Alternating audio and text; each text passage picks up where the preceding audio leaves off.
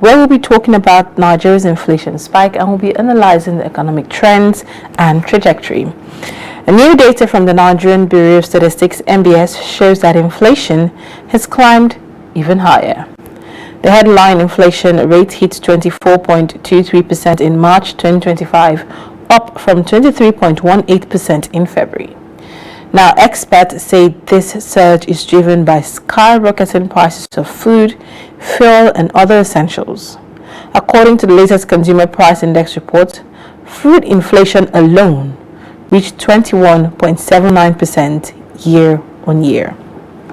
Now, to explore more of this, we have with us in the studio, joining us here in the studio, we have with us an economic analyst who is going to explore all of this. We have Yushau Aliyu. Thank you so much for joining us on the show this morning. Thank you and good morning. Good morning. It's good to have you. Thank you.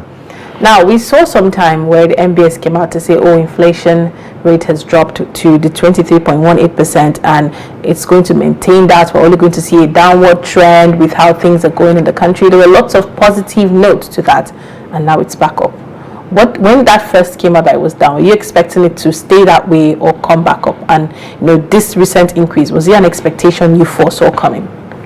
Positively, when you look at the price trends in Nigeria in the past 24 months, you realize that inflation has been rising and due to a lot of factors. What changes the narration was the rebasing exercise conducted by the Bureau of Statistics. And the rebasing exercise is necessary because of a target of a reform economy and targeting an economy to $1 trillion economy. Then definitely you have to look at certain macroeconomic ingredients necessary in understanding the trend. So that changes, that is what brought about a reduction, possibly as a result of adoption of a lot of bundles of goods which were not previously taken into consideration. But presently, looking at all factors, the push factors, the pull factors, all when you study them, you realize that inflation, unless it is adequately challenged, it will continue to increase. Obviously, the first factor is the population size, which also translates to the elasticity function of various demand functions.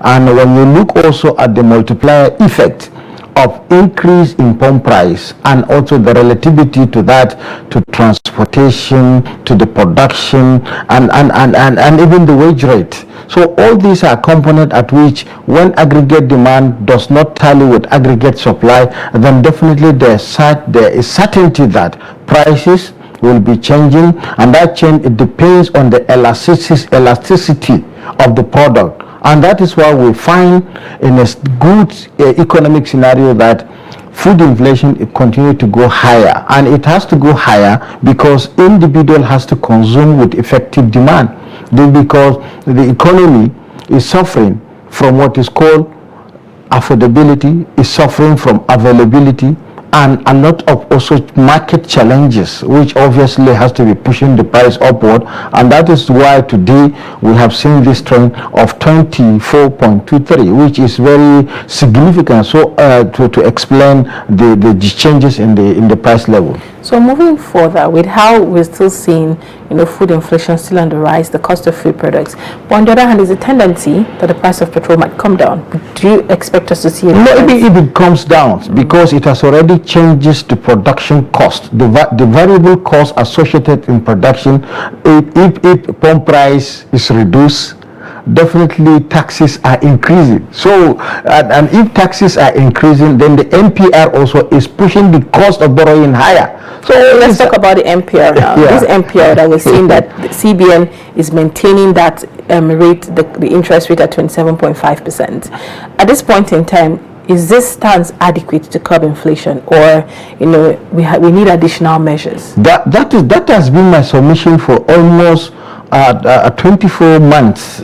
I totally not comfortable with the increase of NPR to curb inflation. It is an orthodox principle, and it depends on many factors, ceteris paribus. So all those factors definitely are not in are not in tandem with the economic reality, then definitely adopting that one will push inflation higher, because there is no way you increase the NPR and that will not affect the interest rate.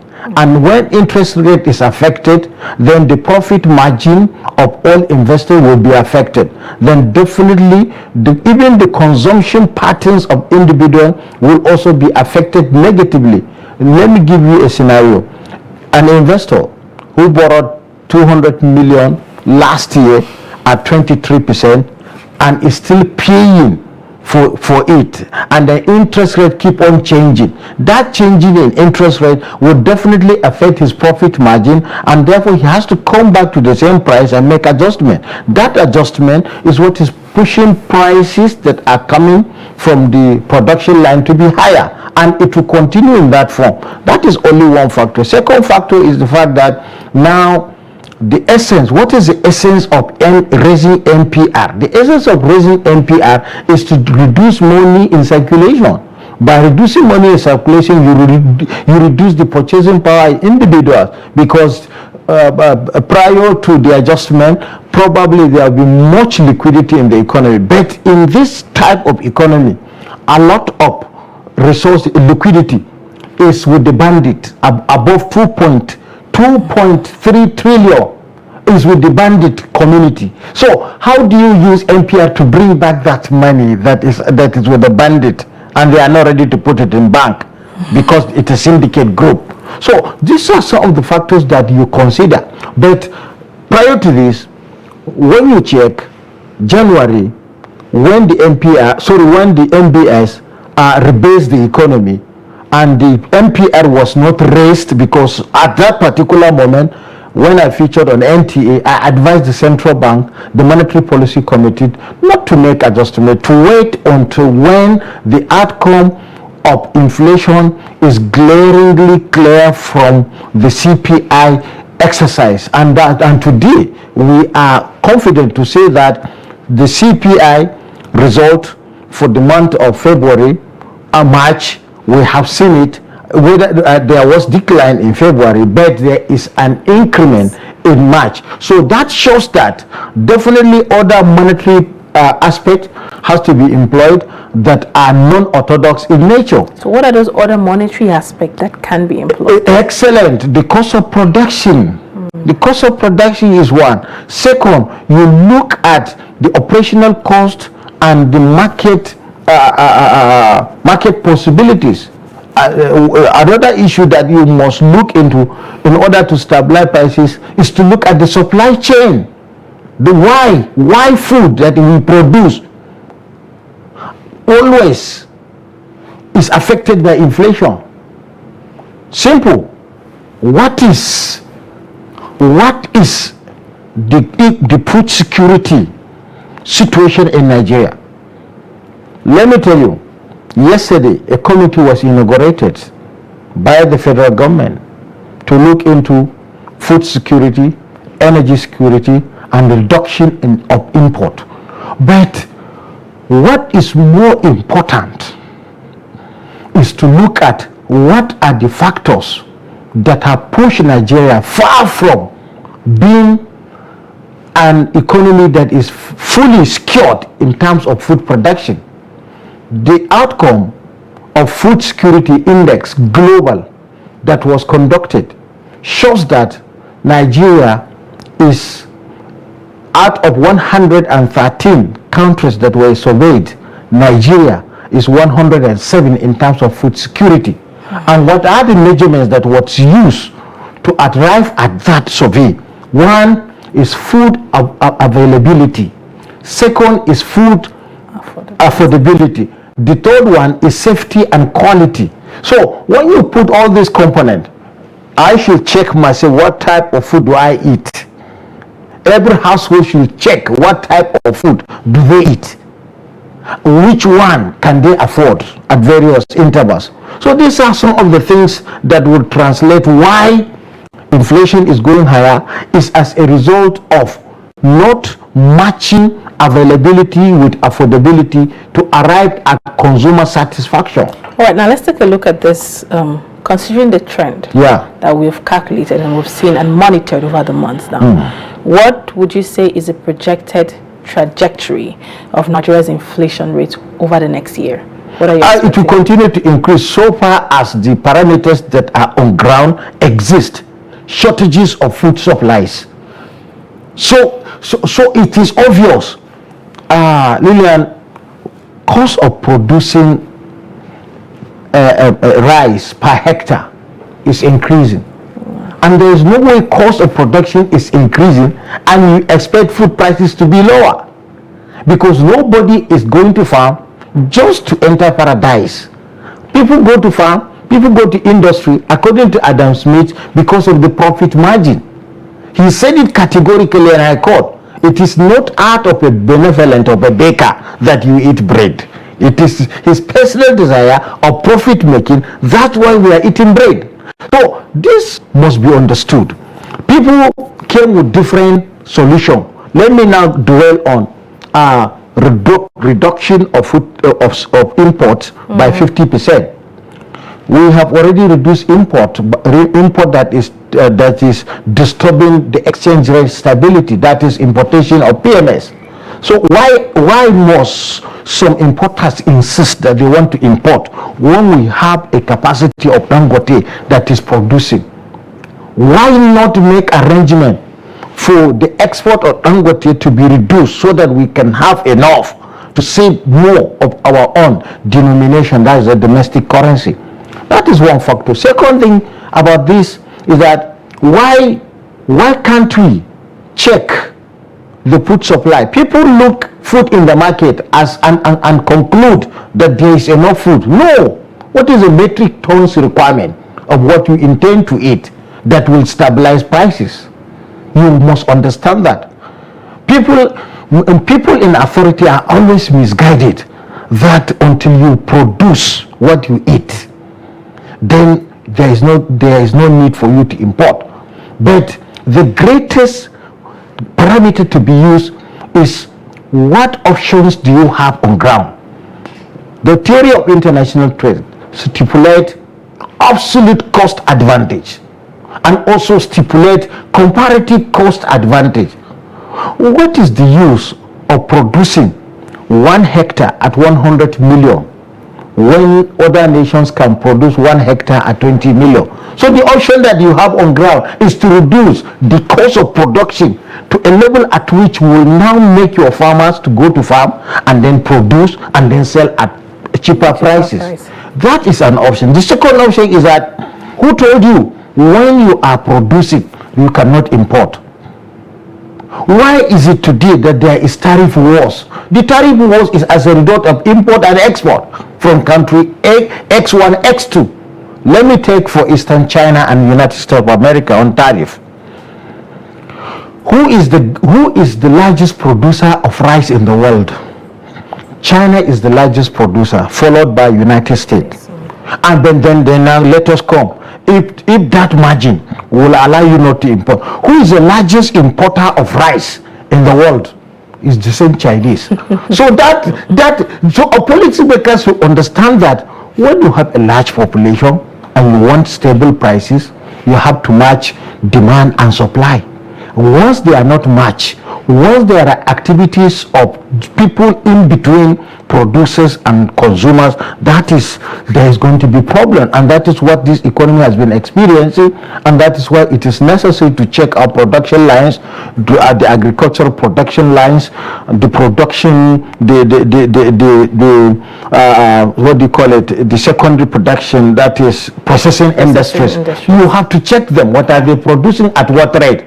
You cannot produce when energy cost is going higher and you expect people to produce and sell at lower prices. So when you look at the conglomerate of parameters that are pushing prices upward, you must be expecting inflation to be increasing on monthly basis for many reasons. These are indeed, you've mentioned so many reasons, and in my head I'm like, Is there no solution to this? There is a solution. We'll get to the solution shortly now, but let's talk about the impact on the average Nigerian. Good. How bad is this to the life of the average Nigerians? Like you said, we're seeing food in the market and we're saying, oh, there's food, but not everybody, can afford that food just the way they would want to, or just how they used to, because of the reduction in purchasing and spending power. So how bad is it to the lives of average Nigerians? Lilian, you see, as a Nigerian, there is a Lilian in Ghana. There is another one in Cote d'Ivoire. There is one in the United States.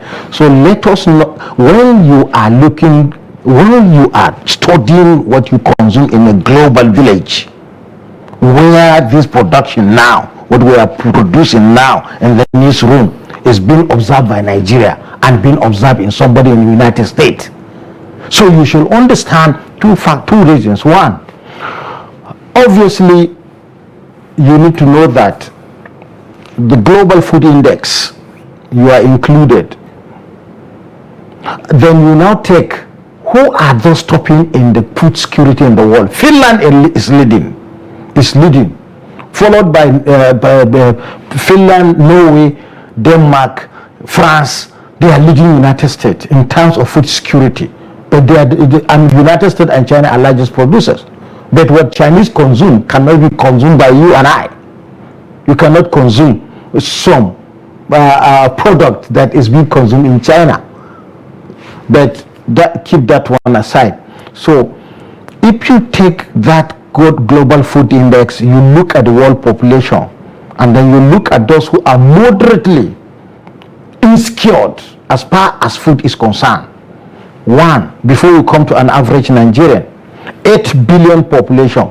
Report says that over 2.33 billion population of the world are not secured in terms of food security. And then moderately above 866 million. These ones are the most prone to all evil of poverty. So what is the statistics showing about Nigeria? Nigeria, the statistics of 2023 by the Bureau of Statistics, millions of Nigerians were pushed into multidimensional poverty. People with income cannot consume. What about those autonomous consumers who are not working, who don't even access and are displaced and cannot live in their homes? So an average Nigerian is faced with the consequences of that scenario. You are living not in your own community, you cannot access your farmland, you cannot access grazing land, and at the same time also you cannot access market, and at the same time you are living at the mercy of unknown, and that is the fate of a Nigerian. And that is why there is need to understand that some of us that are making grammar, explaining, and those who are supposed to make policy, and then they categorize the policy adjustment either in the short run or in the long run. The short run packages cannot provide adequate solution. The long term are the ones, the long term policy adjustment are those that can provide long term solutions to our issues. Most of the nations that are stable have taken that option. If you import 100 million metric tons of food to be consumed just to reduce pressure on prices, the food will disappear in 60 days and you go back to the same scenario. Then that is short term and it cannot pay. So we ought to understand that we need to provide adequate security for people to be in their own community and to be able to farm their land. For us also not to jump into the problem of production possibility frontiers, where resources of a state is being categorized for two purposes. One, you can either use it in the production of butter, which will be consumed by myself and you, or you by the production of gun, which will only be consumed by the military. And that is why in 2025, this year, large chunk of all our savings, all our incomes, all our IGR is going into defense. And so once you have that scenario, it means there is going to be lesser food on table for the Nigerians because they need to be secured first before they eat. So these are the things we look as far as policy management is concerned. But the long run effect of any policy has to do with the production of food to eat, but production at lower cost. We're talking about policies now. We know that the moment the president came on board, we have the removal of fuel subsidy, we have the devaluation of the naira. When these policies were taking place, did you foresee this massive inflation hitting Nigeria at this point? Yes, and I have said it. The record will show, even Daily Trust will have some record, but I'm a proponent of removing the subsidy because it is counterproductive. But I am pro also not to borrow much, because what we said, we use it instead of borrowing. And also I am of the opinion that we should not borrow for consumption purposes, and I have made it clear. But what went wrong? Look, let me give you naturally there is what is called rainy season. In rainy season, there is planting season. There is a season you plant yam. There is a season you plant millet. There is a season you plant beans. So also applied to economic rules. You cannot bring all the rules at one time, because there is a time when you understood the implication of removing subsidy and the adjustment to be made. There is also going to be a time when the floating exchanger will pay you. You cannot suspend subsidy while you are still importing, and then bring floating exchange while you are still importing PMS. These are components that came and clashed and they backfired, and that is the situation we are. So, but it's not late. Economic decisions are made from homes. Human capital development is the guide from the United Nations. You must eat, you must have education, you must have good health. But the fundamental for a state to exist is to maintain security. When there is security, you can attain food, because you can go into production yourself and eat. No matter why, no matter how you want to stop importation, you block borders. I disagree for a very long time. I say, look, Kano is built from trans-Saharan trade routes. Katsina was built from trans-Saharan trade routes. It's a route that has developed all the African states. So you cannot wake up one day and block that. All right, let's leave the problems. Let's talk about it. If we want to talk about the problems and point out the lapses and the loopholes, it would take all day. But what is the solution? What is the way forward? What kind of saving long-term solution is kicking off that would, even if we don't necessarily see an immediate relief, but in the long run is going to be a solid, long-standing solution? What do we need at this point? Immediately, an individual has to survive first.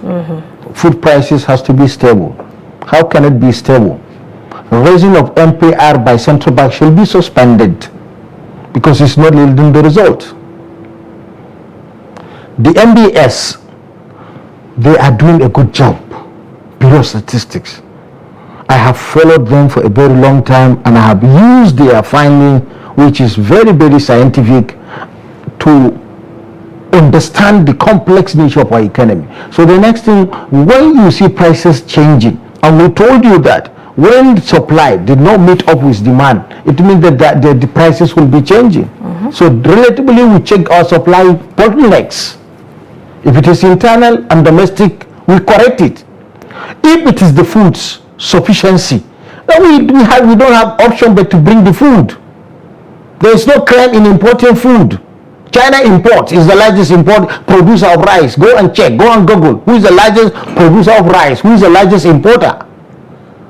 Or who is following the Chinese economy? And also, we have to use an advantage to maintain security by all standards. It's not the responsibility of the government. It's my responsibility to secure myself and my family and my neighbors. It's your own responsibility. And there is no two ways about it. People that are supporting indiscriminate attacks against community should stop, and government should use force against them. And another fundamental aspect is, let us, as quickly as possible, make our population known to the state, because the inauguration of that census committee is very fundamental. It is when you know the size of your household that you know what you are going to provide for it. And next one, if we want to make stable, government should do all possible ways to stabilize the exchange rate. By stabilizing exchange rate, there are many options. If we don't have the capacity, I'm happy that government has given large number of licenses for refineries to invest. But what I am calling, call big time investors like Dangote. Don't rely on these small refineries that tomorrow can form a clandestine and then put themselves together and determine price, because it's not their large number. In monopoly and monopolistic competition, there are a lot of behaviors you have to check. Go and call big investors. Don't shy about it. If Saudi Arabia says it's investing in our domestic, in our foreign exchange, no. Saudi Arabia, you are investing in Pakistan refinery, you are investing in India. Please come and invest. Saudi has the funds, has the efficiency. They have the largest refinery in the world, Aramco. So we should take from that advantage. We have production lines working, supply network working. So if we have that one, then our agricultural plant that will assist in production of fertilizer. Once fertilizer is at lower rate, then definitely people can rush into and agricultural price will be becoming lower. And if it is becoming lower, stability will emanate, and at the same time also people can begin to breathe. Yes. Thank you very much, sir, for coming on the show this morning. I would say it's been a very, very interesting conversation, an eye-opening conversation with you this morning, and we hope that our government agency would listen and pick to implement and better the lives of Nigerians. It's truly an honor having you with us. Thank you very much. I'm honored too. Thank you.